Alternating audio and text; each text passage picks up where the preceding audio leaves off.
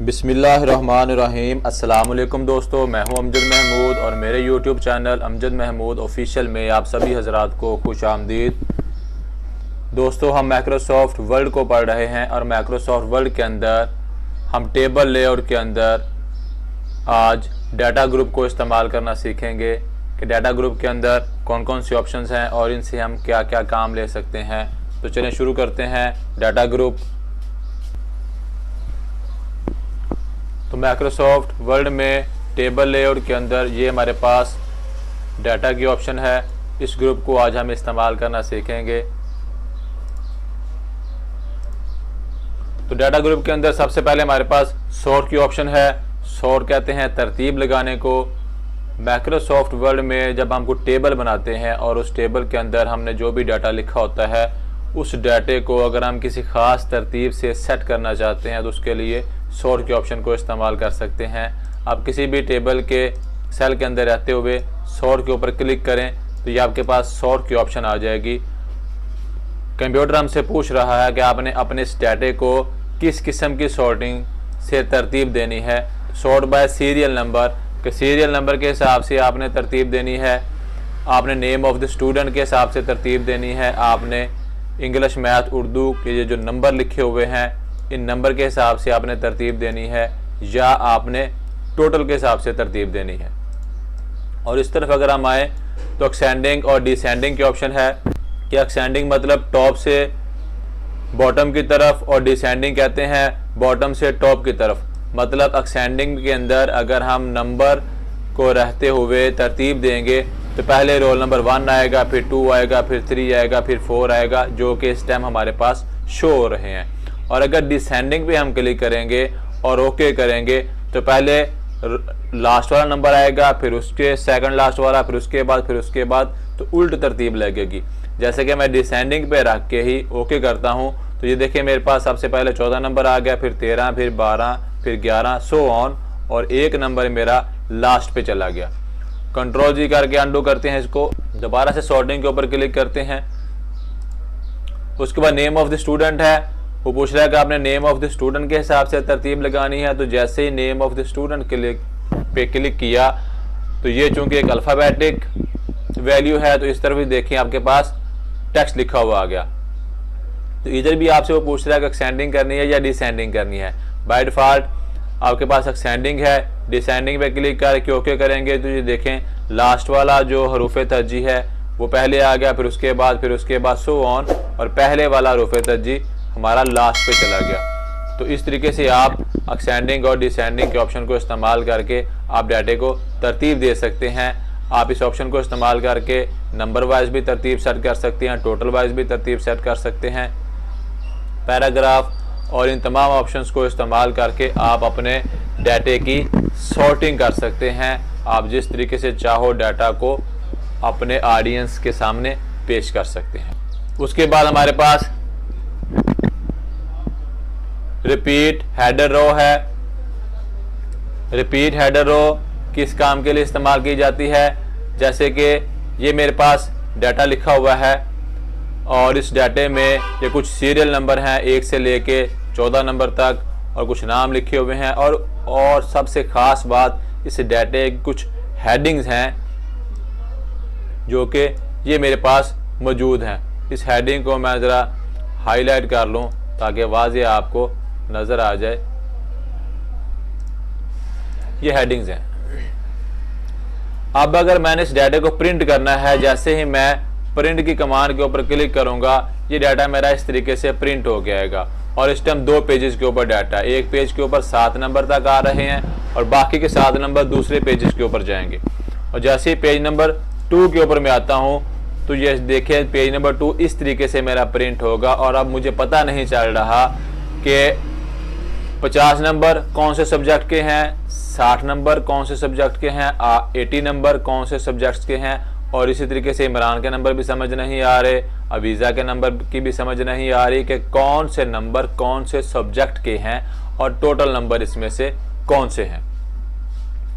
तो जब प्रिंट होगा ये तो अभी 2 पेजेस हैं, अगर 2 से ज़्यादा पेजेस होंगे तो इसी तरीके से आपको डाटा शो होगा।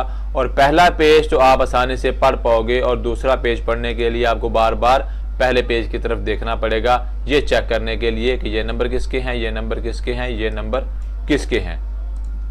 तो इस परेशानी से बचने के लिए हम इस ऑप्शन को इस्तेमाल करते हैं। लेआउट के अंदर आएंगे और उसके बाद रिपीट हेडर रो, इस ऑप्शन को क्लिक करेंगे।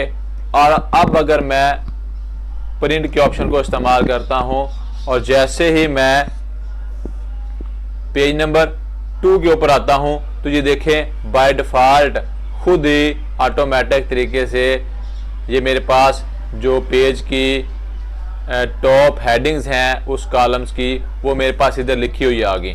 और अब मुझे आसानी से समझ आ रही है कि ये नेम ऑफ द स्टूडेंट्स हैं, ये सारे नंबर मैथ के हैं, ये सारे नंबर इंग्लिश के हैं, ये उर्दू के हैं, और ये वाला कॉलम हमारे पास टोटल के लिए है। और इसी तरीके से अगर एक से ज़्यादा पेजेस होंगे तो हर पेज के ऊपर ये जो रो है ये रिपीट होके आ जाएगी और इस तरीके से हमें डाटे को समझने में आसानी रहेगी, ये डाटे को पढ़ने में आसानी रहेगी। तो इस ऑप्शन को इस्तेमाल करके आप रिपीट हेडर रो को यूज़ कर सकते हैं। इसको दोबारा से अनचेक भी आप कर सकते हैं। उसके बाद नंबर 3 हमारे पास ऑप्शन है convert to text. Convert text to table, इस ऑप्शन को इस्तेमाल कर सकते हैं। जो भी आपने टेबल के अंदर डाटा लिखा हुआ है, पिछले लेक्चर के अंदर हमने किसी भी टेक्स्ट को टेबल में कन्वर्ट करना सीखा था। इंसर्ट के अंदर आपने किसी भी टेक्स्ट को टेबल में कन्वर्ट करना सीखा था और इस ऑप्शन के अंदर आप किसी भी टेबल के डाटे को टेक्स्ट में वापस कन्वर्ट कर सकते हो इस ऑप्शन को इस्तेमाल करके। कन्वर्ट टू टेक्स्ट पे क्लिक करते हैं तो सेम उसी तरीके से हमारे पास ऑप्शन आएगी कि आपने इस डाटे को जो टेबल में लिखा हुआ है इसको सेपरेट करना है, तो टैब्स के हिसाब से सेपरेट करना है, कोमा के हिसाब से सेपरेट करना है, या किसी अदर सेपरेटर ऑप्शन के हिसाब से आपने सेपरेट करना है। तो जौन सी ऑप्शन के ऊपर आप क्लिक करोगे उसी हिसाब से आपके डाटे को इस तरीके से सेपरेट कर देगा। तो जैसे कि सबसे पहले टैब की ऑप्शन है, टैब के ऊपर ही क्लिक करके ओके करते हैं तो ये देखिए हमारा टेबल टेक्स्ट में कन्वर्ट हो गया और डाटा हमारा टैब के हिसाब से एक दूसरे से सेपरेट हो गया। कंट्रोल जी करके वापस दोबारा आते हैं और उसके बाद दोबारा से लेआउट के अंदर कन्वर्ट करते हैं इसको और उसके बाद कोमा के हिसाब से क्लिक करते हैं और ओके करते हैं। तो ये देखिए हमारा टेबल कोमा के हिसाब से कन्वर्ट हो गया टेक्स्ट में। हर नाम के बाद आपको कोमा लिखा हुआ नजर आ रहा है, serial number comma, name of the student comma, math comma, English comma, Urdu comma, total comma. तो इस तरीके से आप अपने किसी भी टेबल को टेक्स्ट में कन्वर्ट कर सकते हैं। और उसके बाद हमारे पास लास्ट पे ऑप्शन आ रही है फार्मूला की। तो जी हाँ, माइक्रोसॉफ्ट वर्ड के अंदर अगर आपने टेबल के अंदर कोई डाटा लिखा हुआ है और वो डाटा ऐसा है न्यूमेरिक किस्म का और आप उसकी कैलकुलेशन करना चाहते हैं तो माइक्रोसॉफ्ट वर्ड भी आपको कैलकुलेशन करने की फैसिलिटी देता है। वैसे तो कैलकुलेशन के लिए जो बेस्ट और रिकमेंडेड सॉफ्टवेयर है वो माइक्रोसॉफ्ट एक्सेल ही है जो आपको एडवांस लेवल की कैलकुलेशन करवाता है। लेकिन अगर आप गुजारा लायक और थोड़ी बहुत कैलकुलेशन करना चाहते हो तो माइक्रोसॉफ्ट वर्ड खुद भी आपको कैलकुलेशन करने की फैसिलिटी देता है। माइक्रोसॉफ्ट वर्ड के अंदर आप माइक्रोसॉफ्ट एक्सेल की शीट को ओपन करके भी कैलकुलेशन कर सकते हैं, जो कि हमने पिछले लेक्चर के अंदर में हमने डिस्कस किया था। इंसर्ट के अंदर टेबल, टेबल के अंदर एक्सेल स्प्रेडशीट, और ये आपके पास एक्सेल स्प्रेडशीट आ जाएगी और इस स्प्रेडशीट के अंदर ये जो डाटा हमने इस टेबल के अंदर लिखा हुआ है ये तमाम डाटा आप इस एक्सेल शीट के अंदर लिखकर भी कैलकुलेशन कर सकते हो। लेकिन अगर आपने एक्सेल को ओपन नहीं करवाना माइक्रोसॉफ्ट वर्ड के अंदर तो आप इस ऑप्शन को इस्तेमाल करके भी कैलकुलेशन कर सकते हो। लेआउट के अंदर फार्मूला के ऑप्शन को इस्तेमाल करेंगे, जैसे कि टोटल है और हमें इस जगह पे इन तमाम नंबर्स के टोटल चाहिए, फार्मूला पे क्लिक करेंगे और उसके बाद ऑप्शन आ रही हमारे पास कि ये हमारे पास सम का फार्मूला बाय डिफॉल्ट लगा हुआ है। सिंपल ओके करेंगे तो मेरे पास इस जगह पे इसका टोटल लिखा हुआ आ गया। दोबारा से अब इस कॉलम के ऊपर इस क्लिक करेंगे, फार्मूला में जाएंगे और अब देखिए इधर हमारे पास अबव लिखा हुआ आ रहा है। तो अब चूंकि लेफ्ट तरफ से उसने कॉलम को सम कर लिया है और अब उसके बाद अबव से नीचे की तरफ जमा करेगा तो हमें ये नहीं करना, हमें चूंकि दोबारा से लेफ्ट से करना है तो इधर से हम आके लेफ्ट पे दोबारा से लिख लेंगे और ओके कर देंगे, तो ये हमारे पास इस तरीके से जमा कर देगा।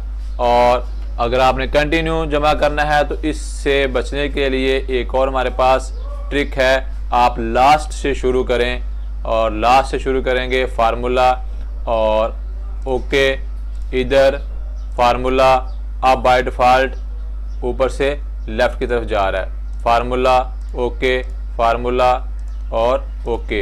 इस तरीके से आपको बार बार लेफ़्ट वाला लफ्ज़ लिखना नहीं पड़ेगा, आप नीचे से ऊपर की तरफ कैलकुलेशन कर सकते हो। इसी तरीके से इन ऑप्शंस को इस्तेमाल करके माइक्रोसॉफ्ट वर्ड के अंदर फार्मूला ही नहीं, आप इस फार्मूले को इधर से रेज करके इधर से मजीद फंक्शन भी आप इस्तेमाल कर सकते हो। आप एंड का ऑप्शन इस्तेमाल कर सकते हो, काउंट कर सकते हो, फॉल्स कर सकते हो, इफ़ की कंडीशन इस्तेमाल कर सकते हो, आप इंट के ऑप्शन को इस्तेमाल कर सकते हो, मैक्सिमम आपने निकालना है, मिनिमम आपने निकालना है, तो कोई सा भी फंक्शन आप इस तरीके से इस्तेमाल कर सकते हो। जैसे कि हमने मैक्सिमम निकालना है तो मैक्सिमम की ऑप्शन को इस जगह भी लिखेंगे और कहाँ से मैक्सिमम आपने निकालना है, लेफ्ट तरफ से मैक्सिमम निकालना है, इधर हम लेफ्ट लिखेंगे और उसके बाद ओके कर देंगे। तो ये देखिए हमारे पास इन वैल्यू में से मैक्सिमम वैल्यू निकल के आ गई। तो इस तरीके से आप मैक्सिमम वैल्यू, मिनिमम वैल्यू और कोई सा भी फंक्शन इस्तेमाल करके माइक्रोसॉफ्ट वर्ड के अंदर आप ये कैलकुलेशन इस्तेमाल कर सकते हो। आप ये तमाम फार्मूले, तमाम फंक्शन माइक्रोसॉफ्ट वर्ड के अंदर रहते हुए आप इस्तेमाल कर सकते हो। तो ये था आज का हमारा लेक्चर, हमारा लेआउट टैब मुकम्मल हो गया। उम्मीद है आपको अच्छे से समझ आ गई होगी। तो मिलते हैं अपनी नेक्स्ट वीडियो के अंदर, तब तक के लिए अल्लाह हाफिज़।